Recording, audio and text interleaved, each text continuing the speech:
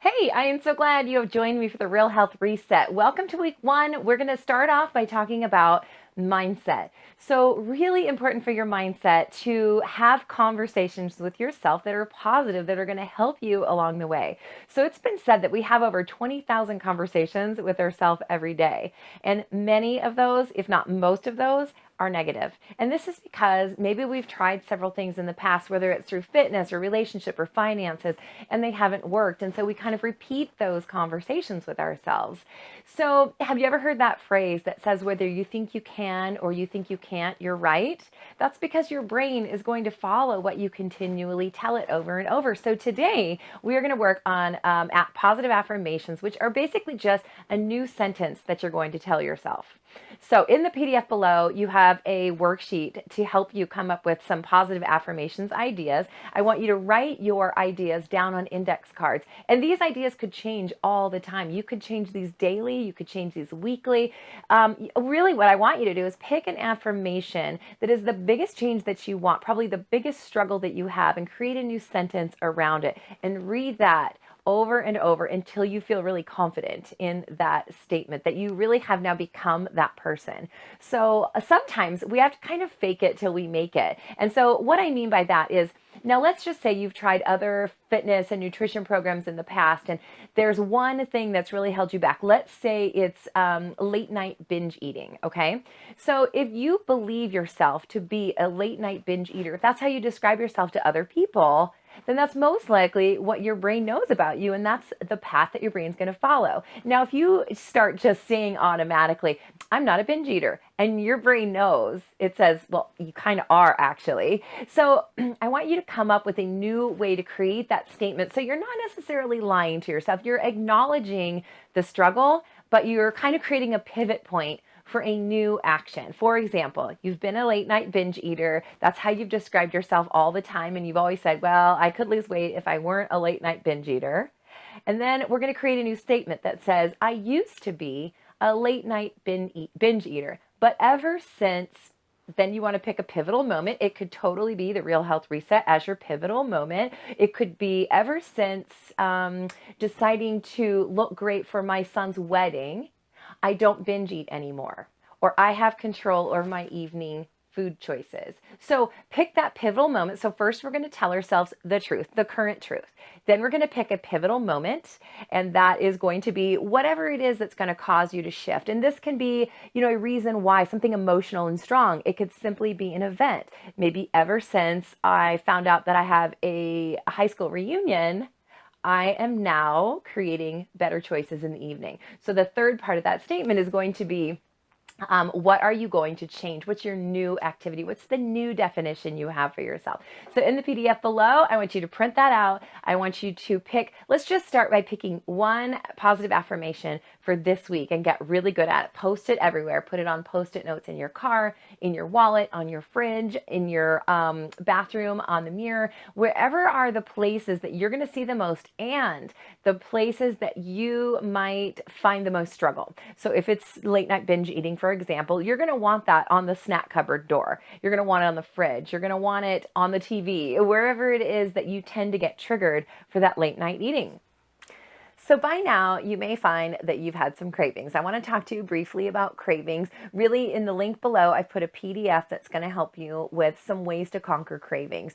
So what's going to happen here is, if you've been eating highly palatable foods with artificial flavors and processed foods and a lot of sugar in your foods, that drives your brain. Every time you get those things, that dopamine chemical is released and your brain says, yeah, I like that, okay? Over time, it takes more and more of that food to, let's say, blow your hair back for you to go, yeah, I like that.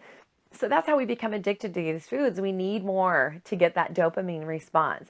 So there is going to be a little bit of craving happening along the way, depending on how much sugar or processed foods you were eating.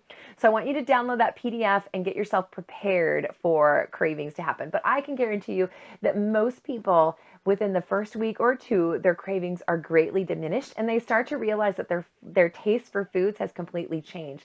Things like sweet potatoes now are satisfying to them, or apples, or different foods that they didn't really think much about are now taking care of that sweet craving. So if you're struggling with cravings, download the printable below so you can learn how to conquer those cravings.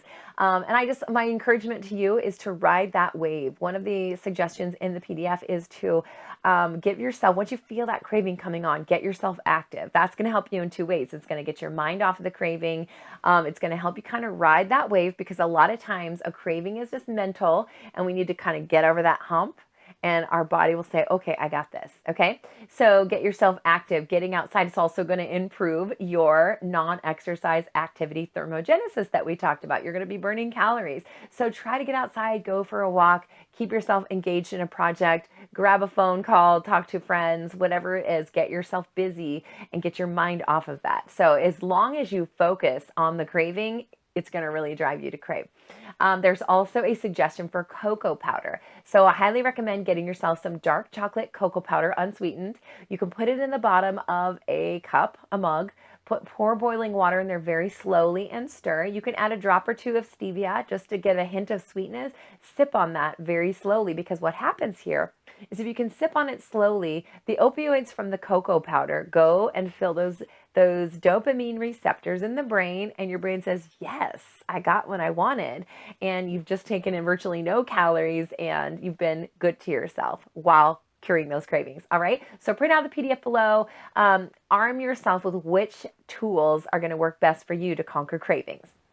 So when it comes to cravings, I also want you to think about, what foods did you eat right before you had that craving, or maybe 30 minutes to 2 hours before you had that craving. Remembering back to our food journal, remember we need to check in with the meals that we ate. If you find yourself really having a lot of cravings, it could have been that meal that you ate before the craving that was triggering the craving. So make sure that you are checking in with the foods you ate before. Oftentimes we just think of a craving as an isolated incident, but I want you to think ahead or think back to the meal you ate prior to that. And it's very possible that that food is causing you to crave. Usually what it is that causes cravings is when our blood sugar drops. So let's say we ate a high starchy meal, maybe we ate a lot of fruit, maybe you ate sugar, your blood sugars will raise, and after a short period of time, they will start to come down. The higher they raise, the harder they fall, right? So when your blood sugar falls, your body is driving you to get more, because it doesn't really feel that good when your blood sugar falls. You start to get a little cranky,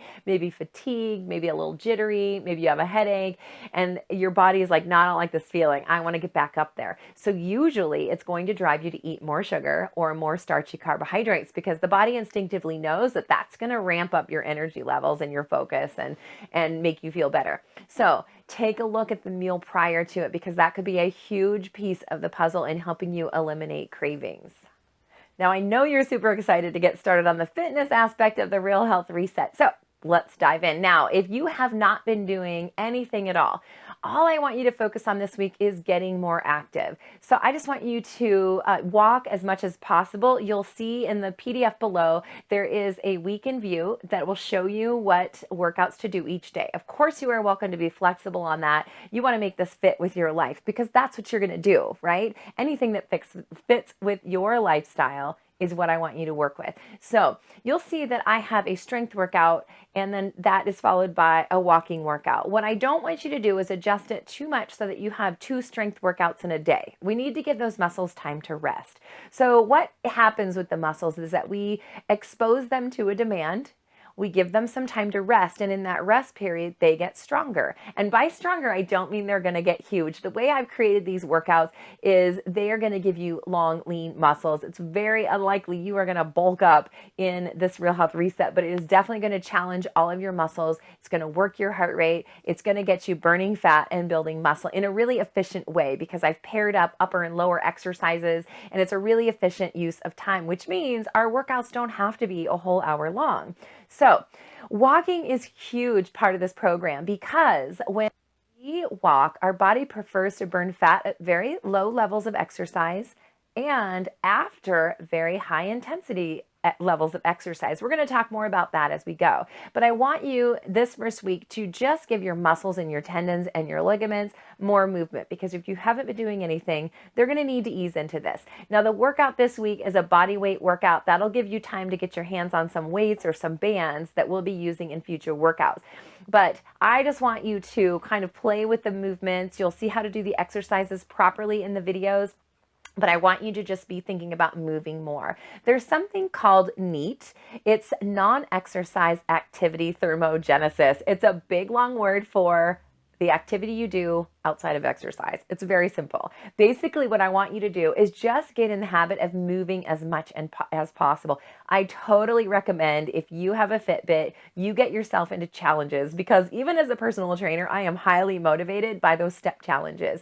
If not, use the app on your phone and challenge your friends. Send each other screenshots of your steps for the day and really challenge each other to move more. Taking the stairs, taking laps around your building, maybe you're taking the long way around to the water cooler or the printer. Find ways in your day that you know that you can move more. All right, so check out the videos below. I recommend that you watch the video first, see how the exercises are done, determine how you're going to modify, because I'll show you modifications in the workout videos.